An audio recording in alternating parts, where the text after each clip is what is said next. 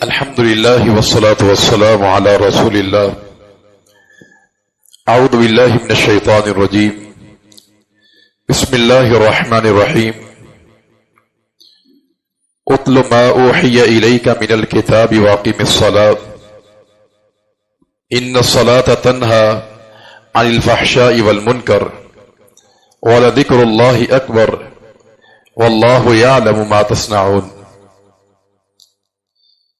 21واں پارہ ہے اور سورہ عنکبوت جاری ہے. کل کے درس میں یہ بات بیان کی گئی تھی کہ سورہ عنکبوت کا جو بنیادی مضمون وہ یہ ہے کہ جب ایک انسان اسلام قبول کرتا ہے تو اس پر مصائب، تکالیف، آزمائشیں آیا کرتی ہیں. الف لام میم احسب الناس ان یترکوا ان یقولوا آمنا. کیا لوگوں نے یہ سمجھ لیا ہے کہ ہم اللہ پر ایمان لے آئے اور ہماری آزمائش نہیں کی جائے گی؟ ایسا نہیں ہوتا ہے. تو اس سورت کا جو بنیادی مضمون ہے وہ ہے مصائب اور آزمائشیں.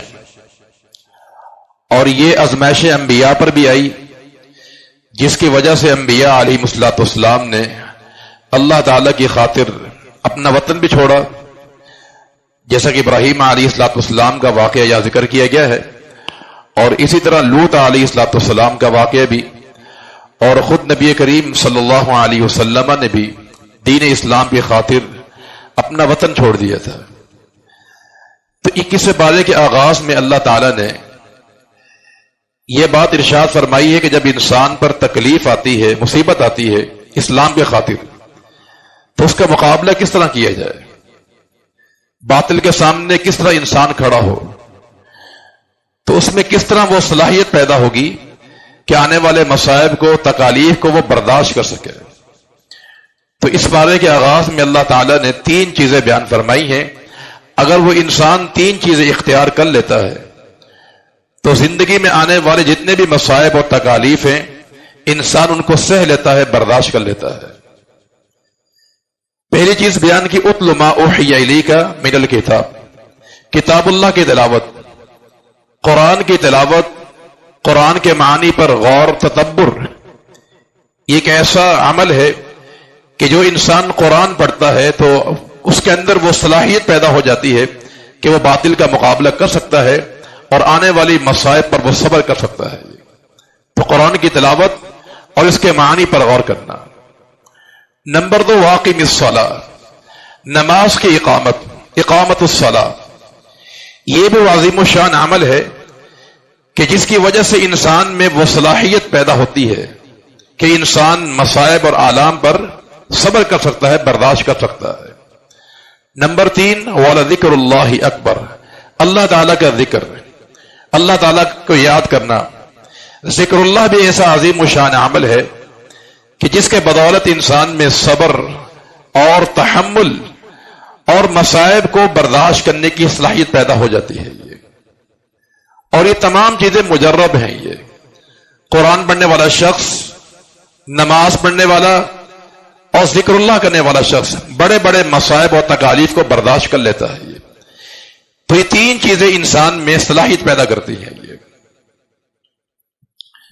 اور یہاں ایک بات اور بیان کی ہے کہ ان الصلاۃ تنہی عن الفحشاء والمنکر، نماز انسان کو روکتی ہے فحشاء سے اور منکر سے.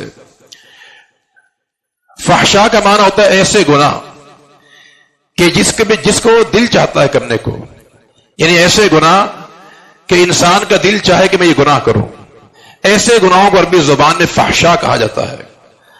منکر وہ گناہ ہوتے ہیں جو انسان کی عقل کے خلاف بھی ہو اور انسان کی جو فطرت سلیمہ ہے اس کے خلاف جو گناہ ہو اسے منکر کہا جاتا ہے. مثلا لواطت کا عمل جو ہے، ہم جن بستے کا جو عمل ہے یہ ہے گناہ لیکن عقل کے خلاف ہے. یہ انسان کی جو فطرت سلیمہ ہے اس کے خلاف ہے. یہ کیونکہ یہ کام جانور نہیں کرتے ہیں. تو منکر ایسے گناہوں کہا جاتا ہے کہ جو انسان کی عقول کے خلاف ہو اور انسان کی جو فطرت سلیمہ ہے اس کے خلاف جو گناہ ہوتا ہے اسے منکر کہا جاتا ہے. تو قرآن نے یہ فائدہ بیان کیا ہے کہ نماز انسان کو بے حیائی سے اور فحش کاموں سے روکتی ہے۔ مسند احمد میں رسول اللہ صلی اللہ علیہ وسلم کے زمانے کا ایک واقعہ موجود ہے۔ صحابہ نے کہا اللہ کے پیغمبر ان فلانا یصلی باللیل، ایک شخص رات کو نمازیں پڑھتا ہے لیکن فاذا اصبح سرق، لیکن جب دن چڑھتا ہے صبح ہوتی ہے چوری کرتا ہے وہ۔ فرمایا کہ فإنه سينهاه ما تقول، فرمایا کہ عن قریب وہ انسان اپنے اس عمل سے باز آ جائے گا، اس کی نماز اس کو اس کام سے روک دے گی۔ اور پھر ایسا ہی ہوا تو ان الصلاۃ، نماز انسان کو بے حیائی سے روکنے والی ہے، برے کاموں سے روکنے والی ہے۔ اگر ذہن میں یہ سوال پیدا ہو کہ ہم 5 وقت نمازیں بھی ادا کرتے ہیں لیکن پھر بھی گناہوں سے ہمارا دامن محفوظ نہیں ہوتا ہے، تو بات یہ ہے کہ انسان نماز کو ادا کرے اس کے تمام آداب کے ساتھ، اس کے جو ارکان ہیں اس کے ساتھ سنت کے مطابق ادا کرے، خشوع کے ساتھ ادا کرے، وقت پر ادا کرے، با جماعت ادا کرے۔ ان تمام چیزوں اگر لحاظ کیا جائے گا تو پھر یہ نماز انسان کو بے حیائی سے روکتی ہے۔ یہ ڈاکٹر کی دوائی صحیح ہوتی ہے، اگر پرہیز نہ کیا جائے، وقت پر نہ کھایا جائے، جتنی کھانی اتنی نہ کھائی جائے، وہ کبھی دوائی اثر نہیں کرے گی میرے بھائی۔ یہی مثال نماز کی ہے یہ کہ وقت پر ادا کیا جائے، سنت کے عین مطابق ادا کیا جائے۔ اس کے بعد اہل کتاب سے مجادلہ، اگر آپ کو اہل کتاب سے مباحثہ کرنا پڑے، اس کا ایک اصول بیان کیا گیا ہے کہ وَلَا تُجَادِلُوا أَهْلَ الْكِتَابِ إِلَّا بِالَّتِي هِيَ أَحْسَنُ، اہل کتاب سے جب بھی تم نے مجادلہ کرنا ہو، بحث کرنی ہو، تو احسن طریقے سے کیا جائے۔ دیکھیں اہل کتاب سے جب بھی انسان بحث کرے تو آغاز ایسے نقطے سے کیا جائے جس میں دونوں کا اتفاق ہو۔ اگر اہل کتاب سے یہود و نصارہ سے آپ کو بحث کرنی پڑے تو اس نقاط پر کی جائے جس میں ہم سب کا اتفاق ہو، بعد میں اختلافی بات کی جائے، آغاز اتحادی بات سے ہونا چاہیے۔ جیسا کہ العالمین کا ارشاد ہے کہ قل یا اہل الکتاب تعالوا الی کلمۃ سواء بیننا وبینکم، اے اہل کتاب آؤ ایسے کلمے کی طرف جو ہم میں تم میں برابر ہے۔ تو اتحادی نقاط سے جو ہے اپنے گفتگو کا آغاز کرنا چاہیے۔ اس کے بعد نبی کریم صلی اللہ علیہ وسلم کی نبوت کی صداقت کا ذکر کیا ہے کہ وما كنت تتلو من قبله من کتاب ولا تخطه بيمينك، اے میرے پیغمبر آپ اس سے پہلے، ان نبوت سے قبل 40 سال کا جو عرصہ ہے، اس میں بھی آپ لکھنا نہیں جانتے تھے اور نہ لکھا ہوا پڑھ سکتے تھے۔ اگر ایسا ہوتا تو یہ لوگ بھی شک کرتے۔ دیکھیں آپ صلی اللہ علیہ وسلم کا امی ہونا یہ آپ کے نبی کے سچے ہونے کی دلیل ہے۔ یہ ان پڑھ ہونا، نہ لکھنا اور نہ لکھا ہوا پڑھنا، یہ اللہ کے پیغمبر کی صداقت کی دلیل ہے۔ یہ کہ ایک انسان کہ جو امی ہے، اس کو پڑھنا نہیں آتا، لکھنا نہیں آتا ہے، لیکن پوری دنیا کے استاد بن گیا وہ، اور ایک ایسی کتاب پیش کی ہے جو فصاحت اور بلاغت میں ختم اس پر جو ہے۔ تو لہذا رب العالمین نے یہاں ارشاد فرمایا ہے کہ کفار جو آپ پہ اعتراض کرتے ہیں کہ یہ قرآن خود بنا لیا ہے، یہ جانتے ہیں کہ آپ ان میں 40 سال رہے ہیں، آپ لکھنا جانتے نہیں تھے، نہ آپ پڑھنا جانتے تھے۔ تو جو انسان نہ پڑھ سکتا ہو نہ لکھ سکتا ہو، وہ ایسی عظیم و شان کتاب پیش کرے تو یہ پیغمبر کی صداقت کی دلیل ہے۔ یہ اگرچہ بعض لوگوں نے یہ سمجھا ہے کہ اللہ کے پیغمبر کے جو 40 سالہ پہلا دور تھا اس میں آپ امی تھے، لیکن جو 23 سال کا عرصہ تھا اس میں آپ امی نہیں تھے۔ یہ بعض مسلمانوں نے دعویٰ کیا یہ والا، اور یہ دعویٰ محض محبت کی بنیاد پر کیا ہے۔ لیکن سوچنے کی بات یہ ہے کہ اللہ کے پیغمبر کا امی ہونا ہی یہ آپ کی شان کی دلیل ہے، جیسے کہ میں نے بتایا آپ کو کہ ایک انسان امی ہو اور وہ عظیم و شان کتاب کو پیش کر دے اور پوری دنیا کا استاد بن جائے۔ اس کے بعد سورۃ الروم ہے۔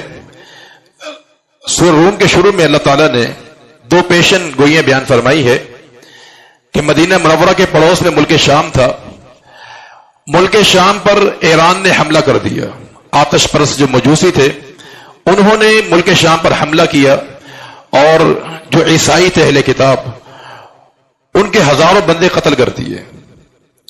اور ادھر مکہ المکرمہ میں کفار بڑی خوشیاں منا رہے تھے اور مسلمانوں کو کہہ رہے تھے کہ جیسے رومی مغلوب کیے گئے ہیں ایسا وقت آنے والا ہے کہ تم بھی مغلوب کیے جاؤ گے۔ کفار کی ساری ہمدردیاں ایران کے ساتھ تھی، کیونکہ ایرانی لوگ بھی مشرک تھے، دو خداؤں کے قائل تھے، اور مشرکین مکہ کئی خداؤں کے قائل تھے، وہ بھی آخرت کے منکر تھے، یہ بھی آخرت کے منکر تھے، لہذا اس بنیاد پر ان میں آپس میں مناسبت تھی، تو کفار کی ساری ہمدردیاں ایران کے ساتھ تھی۔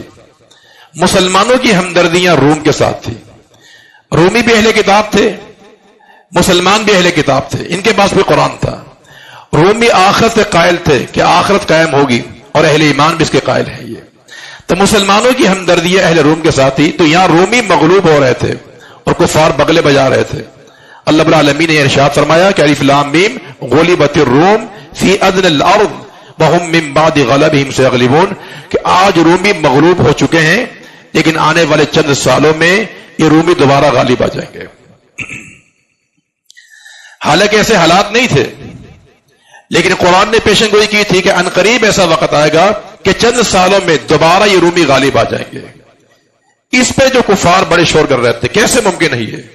ایران سپر طاقت تھی، لیکن رب العالمین کا ارشاد مبنی بر حق ہوتا ہے، پھر چند سالوں کے اندر رب العالمین نے دوبارہ جو ہے اہل روم کو فتح سے ہمکنار کیا، اور یہاں مسلمانوں کو بدر کے میدان میں فتح سے ہمکنار کیا تھا۔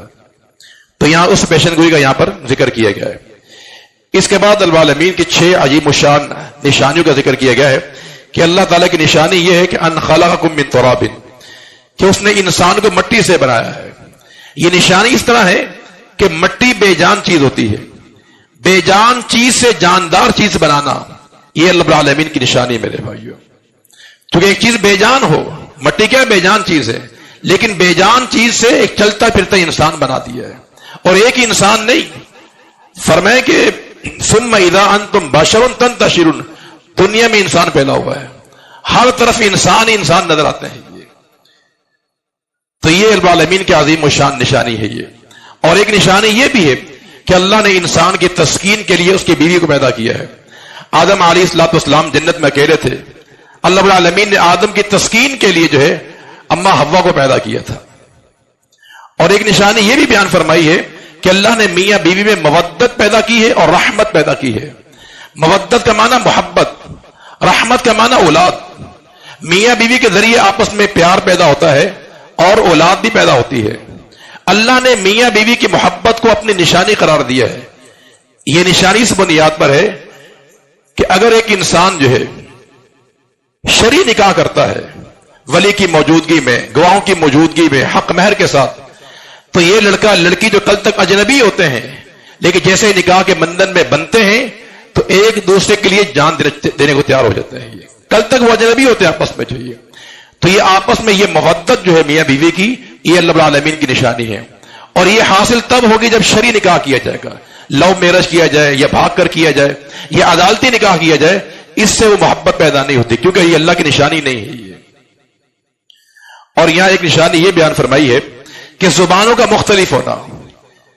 دنیا میں ہزاروں زبانیں بولی جاتی ہیں، حالانکہ انسان کی تخلیق ایک چیز سے ہے، انسان کو مٹی سے نطفے سے پیدا کیا گیا ہے، لیکن زبانیں الگ الگ سب کچھ ہیں۔ یہ رب العالمین کی نشانی میرے بھائیو۔ اور رنگ مختلف ہیں، یہ رنگت بھی رب العالمین نے مختلف بنائی ہے۔ اگر ہزاروں لوگ جو ہے ایک مقام پر جمع کیے جائیں، ہر انسان کے رنگ میں اور اس کی جو جسم کی کیفیت ہے باڈی کی، وہ الگ الگ ہوتی ہے۔ یہ بولنے کا انداز، لہجہ، الفاظ سب کے الگ الگ ہوتے ہیں۔ حالانکہ دیکھنے میں سب انسان ایک جیسے ہیں، 2 ہاتھ ہیں، 2 پیر ہیں، آنکھیں ہیں، کان ہیں، سب کا وجود ایک جیسا ہے، لیکن رنگت بھی مختلف ہوتی ہے اور زبانیں بھی کیا ہوتی ہیں؟ مختلف ہوتی ہیں۔ بلکہ چند فاصلے کے بعد زبانیں بدل دی جاتی ہیں۔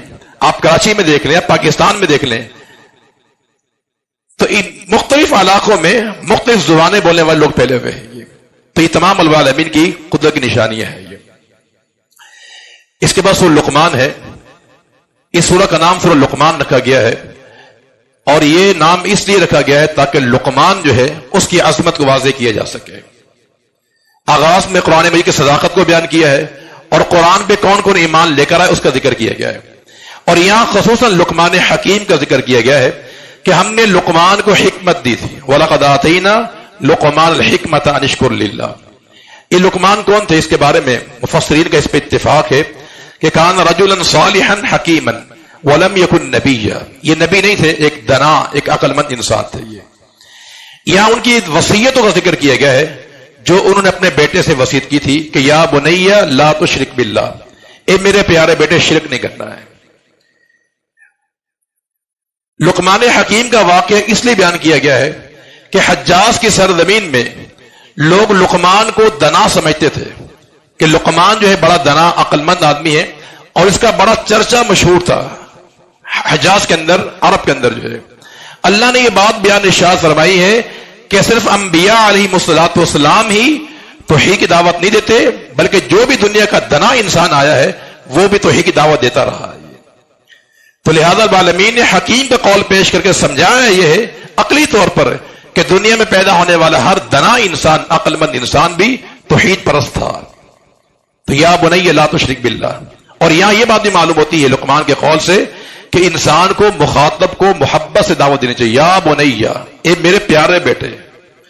جب اپنے بیٹے کو اتنے محبت سے دعوت دے رہے ہیں تو غیروں کو بالاولا محبت سے دعوت دینی چاہیے. اور یہاں یہ بات بھی معلوم ہوتی ہے کہ دعوت کا انداز یہ ہے کہ سب سے پہلے توحید کی دعوت دی جائے اور شرک کی مذمت بیان کی جائے، اس کے بعد اعمال صالحہ کی دعوت دی جائے جیسے لقمان نے ایسے ہی کیا، پھر نماز کی دعوت بیٹے کو دی، اور پھر فکر آخرت، اور پھر اخلاقیات کا درس کہ تکبر نہیں کرنا ہے، اکڑ کر نہیں چلنا ہے، چیخنا چلانا نہیں ہے. یہ اسلوب ہے دعوت دینے کا. اول توحید، اس کے بعد عبادات میں پھر نماز کا ذکر کیا گیا ہے، اور آخر میں اخلاقیات کا درس دیا گیا ہے. چونکہ ہمارا دین ان تین چیزوں کا نام ہے، عقیدہ بھی صحیح ہو، اللہ کے پیغمبر کی اطاعت بھی ہو، اور اخلاقیات بھی ہونی چاہیے. یہ ممکن نہیں ہے کہ ہمارا دین اخلاق کی دعوت نہ دیتا ہو، بلکہ ابن قیم کا قول ہے رحمہ اللہ کا کہ دین اسلام میں اخلاقیات کا وہی درجہ ہے جو جسم میں انسان کے اعصاب کا درجہ ہوتا ہے. انسان میں تین چیزیں ہیں، جسم، اس کی روح اور اعصاب. روح کا تعلق انسان کے عقیدے کے ساتھ ہے، اور جسم کا تعلق اللہ کے نبی کی سنت کے ساتھ ہے، اور اعصاب کا تعلق اخلاقیات کے ساتھ ہے. اگر انسان کے اعصاب کمزور ہو جائیں انسان کسی کام کا رہتا نہیں ہے. اعصابی کمزوری بہت نقصان پہنچاتی ہے انسان کو. تو جس کے اخلاق کمزور ہو جائیں تو گویا کہ وہ انسان کیا ہے، اعصابی طور پہ کمزور ہو چکا ہے. اس کے بعد سورۃ احزاب ہے. سورۃ احزاب میں تین باتیں عالمین نے بیان فرمائی ہیں بڑی بڑی. ایک غزوہ احزاب کا ذکر کیا گیا ہے، اور ایک غزوہ بنو قریظہ کا ذکر کیا گیا ہے، اور ایک سیدہ زینب بنت جحش رضی اللہ تعالی عنہ کا واقعہ ذکر کیا گیا ہے کہ جب ان کا نکاح زید بن حارثہ سے ہوا تھا رضی اللہ تعالی عنہ. یہ تین عظیم واقعات اس صورت میں بیان کیے گئے ہیں. دو واقعے کس بارے میں ہیں، اور تیسرا واقعہ جو ہے 22ویں بارے کے آغاز میں بیان کیا گیا ہے. یہ غزوہ احزاب کیا ہے؟ دیکھ، غزوہ احزاب جنگ احد کے 2 سال بعد ہوا تھا. جنگ احد جو ہے یہ سن 3 ہجری میں ہوئی تھی، اور شوال کے مہینے میں. غزوہ احزاب جو ہے یہ 5 ہجری میں ہوا تھا، اور یہ بھی شوال کے مہینے میں ہوا تھا. اس کا پس منظر کچھ یوں ہے کہ غزوہ احد کے بعد جو ہے کفار نے مسلمانوں کو بڑا تنگ کیا، بہت پریشان کیا ہوا تھا. غزوہ احد کے بعد ایک قبیلہ تھا عزل قبیلہ، اس نے 10 مسلمانوں کو شہید کیا، 4 کو پکڑ کے فروخت کر دیا تھا. ایک قبیلہ تھا بنو عامرہ، جس نے 70 قراء بئر معونہ کے مقام پر اسے شہید کر دیے تھے. بالآخر نبی کریم صلی اللہ علیہ وسلم نے جب یہ یہودی یہ سازشیں کر رہے تھے تو آپ نے ایک قبیلہ تھا بنو نذیر، اسے آپ نے مدینہ سے جلا وطن کر دیا تھا. جب وہ جلا وطن ہوا، انہوں نے ملاقات کی کفار مکہ سے جا کر، ابو سفیان سے ملاقات کی اور کہا کہ ہماری ساری حمایتیں آپ کے ساتھ ہیں، آپ مدینہ پہ حملہ کر دیں. اس موقع پہ ابو سفیان نے یہود سے مل کر 10,000 کا لشکر تیار کیا تھا. بنو غطفان تھا، بنو حذیل، بڑے بڑے قبائل اس کے اندر جمع ہوئے تھے، اس لیے اسے احزاب کہا جاتا ہے. احزاب کا معنی پارٹیاں، جماعتیں، گروہ، قبائل. تو 10,000 کا لشکر لے کر یہ مدینہ پہ چڑھائی کی تھی انہوں نے. یہ چڑھائی سن 5 ہجری کے اندر ہوئی تھی، اور قرآن نے اس کا نقشہ ایسا کھینچا ہے، فرمایا وہی زاغت الابصار وبلغت القلوب الحناجر وتظنون باللہ الظنونا. اے مسلمانوں، تمہاری حالت یہ تھی کہ تمہاری آنکھیں پتھرا چکی تھی، آنکھیں کھلی کھلی رہ گئی تھی تمہارے کلیجے حلق میں آ چکے تھے. اور واقعتاً ایسا ہی تھا. وہ اس لیے کہ جب یہ 10,000 کا لشکر آیا تھا مدینہ پہ چڑھائی کرنے کے لیے، ان کا انداز بڑا خطرناک تھا. مشرقی جانب سے بھی آیا تھا، مغربی جانب سے بھی آیا تھا اور جنوب کی جانب سے بھی آیا تھا.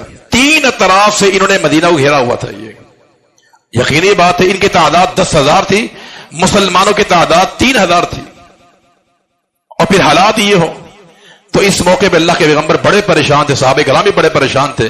تو پھر سلمان فارسی رضی اللہ تعالی عنہ نے اللہ کے پیغمبر کو مشورہ دیا تھا کہ اگر ہمارے یہاں کبھی ایسا ہوتا تھا تو ہم اپنے دفاع کے لیے خندق کھودا کرتے تھے. تو سلمان فارسی رضی اللہ تعالی عنہ کی مشاورت پر خندق کھودی گئی تھی. اس کا بڑا فائدہ ہوا کہ دشمن ادھر نہیں آ سکا. پھر 1 مہینے کا محاصرہ ہوا، لیکن کسی میں ہمت نہیں تھی کہ یہاں آ سکے. ہوا بالآخر 1 مہینے کے طویل عرصے کے بعد اللہ العالمین نے پھر مدد فرمائی. ایک تیز آندھی بھیجی گئی اور آندھی آئی بھی کفار پر تھی. ان کے خیمے اکھڑ گئے، ان کے جانور بھاگ گئے، ہنڈیاں ان کی الٹ دی گئی، وہ بھاگنے پہ مجبور ہوئے.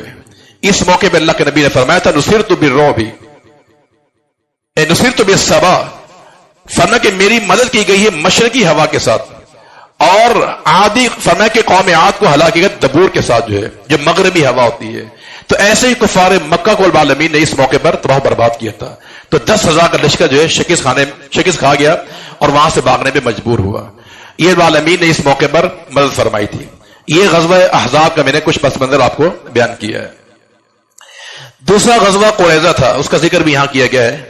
اس کی تفصیل کچھ یوں ہے کہ بنو قریظہ یہ بھی یہودی قبیلہ تھا، لیکن یہ مسلمانوں کا حمایتی تھا، حلیف تھا مسلمانوں کا. لیکن اس نے اس موقع پہ آ کر جب جنگ احزاب ہوئی تو اس نے اس موقع پہ آ کر مسلمانوں سے معاہدہ توڑ دیا تھا. اسے یہ تھا کہ آج مسلمان مٹ جائیں، ختم ہو جائیں گے، لہذا اس نے معاہدہ توڑ دیا تھا اور وہ بھی اس میں شامل ہوا تھا احزاب کے اندر. اللہ کے نبی کو اس بات کا علم نہیں تھا. آپ جب احزاب سے واپس آئے خندق سے، آپ نے اسلحہ اتار دیا تھا. اسی وقت فرشتہ آپ کے پاس آئے گا اللہ کے پیغمبر آپ نے اسلحہ اتار دیا ہے، جبکہ ملائکہ نے اسلحہ نہیں اتارا ابھی تک. اب آپ نے کوچ کرنا ہے بنو قریظہ کی طرف. انہوں نے ہمارا جو معاہدہ تھا وہ توڑ دیا ہے. تو اللہ کے پیغمبر نے فرمایا صحابہ لا تصلین العصر الا فی بنی قریظہ، آج عصر کی نماز تم نے بنو قریظہ میں جا کے ادا کرنی ہے. صحابہ کرام پہ نکلے. یہ نہیں کہ ابھی تھکے ہوئے آئے ہیں، 1 مہینے کا محاصرہ ہم نے کیا، نہیں، اسی دن اسی وقت وہاں سے نکلتے ہیں اور جا کر بنو قریظہ کا محاصرہ کیا. یہ بھی 1 ماہ پر مشتمل تھا. بالآخر وہ لوگ اس پہ راضی ہوئے کہ ہمارے بارے میں جو فیصلہ سعد بن معاذ کریں گے رضی اللہ تعالیٰ عنہ ہمیں قبول ہے.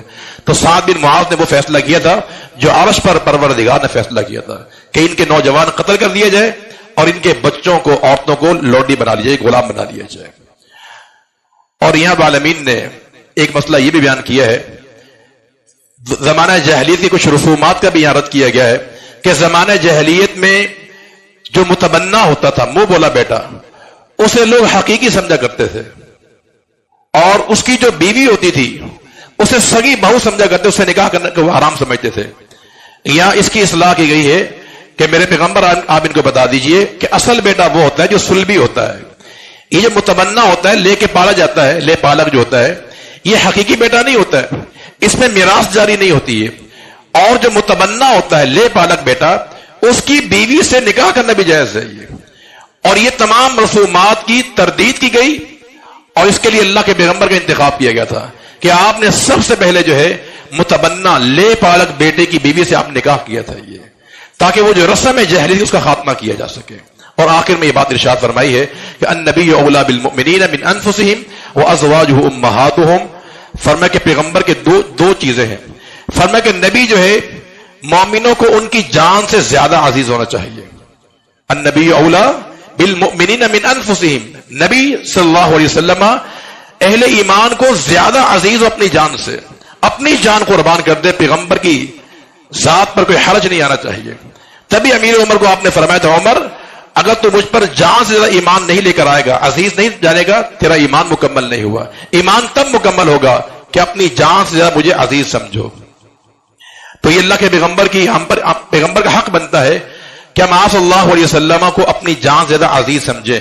وہ اس لیے کہ جتنی مہربانی، جتنی شفقت، جتنا پیار، جتنی ہمدردی اللہ کے پیغمبر نے ہمارے ساتھ کی ہے، تو ہمارا حق بنتا ہے، پیغمبر کا حق بنتا ہے کہ آپ کو اپنی جان سے زیادہ عزیز سمجھا جائے. آپ نے بڑی امت میں ہمدردی کی ہے. آپ کا فرمان ہے نا کہ اگر ایک انسان مر جائے، وہ مقروض ہو تو علیہ دینہ، اس کا قرضہ میں ادا کروں گا. یہ پیغمبر کی ہمدردی ہمارے ساتھ میں. اور جو انسان مر جائے اس کے پاس پیسہ موجود ہو تو وہ اس کے ورثاء کا ہوگا. مقروض ہے تو قرضہ میں ادا کروں گا. اگر مالدار مرا ہے تو مال میرا نہیں ہوگا، اس کے ورثاء کا ہوگا. تو یہ پہلی بات ہے. اور نمبر 2 وازواج امہاتہم، نبی کی جو بیویاں ہوتی ہیں وہ اہل ایمان کے مائیں ہوا کرتی ہیں. ان کا احترام کیا جائے. احترام میں وہ ہماری ماؤں کی طرح ہے. یہ جس کے دل میں ایمان ہے وہ اللہ کے پیغمبر کی بیویوں پر پیار کرتا ہوگا، ان کو اپنے مائیں سمجھتا ہوگا. جس کے دل میں ایمان نہیں ہے تو امہات المؤمنین اس کی مائیں بھی نہیں بن سکتی ہیں. اللہ تعالیٰ ہمیں قرآن کو سمجھ کر عمل کرنے کی توفیق عطا فرما دے. اور آپ کو الحمدللہ رب العالمین.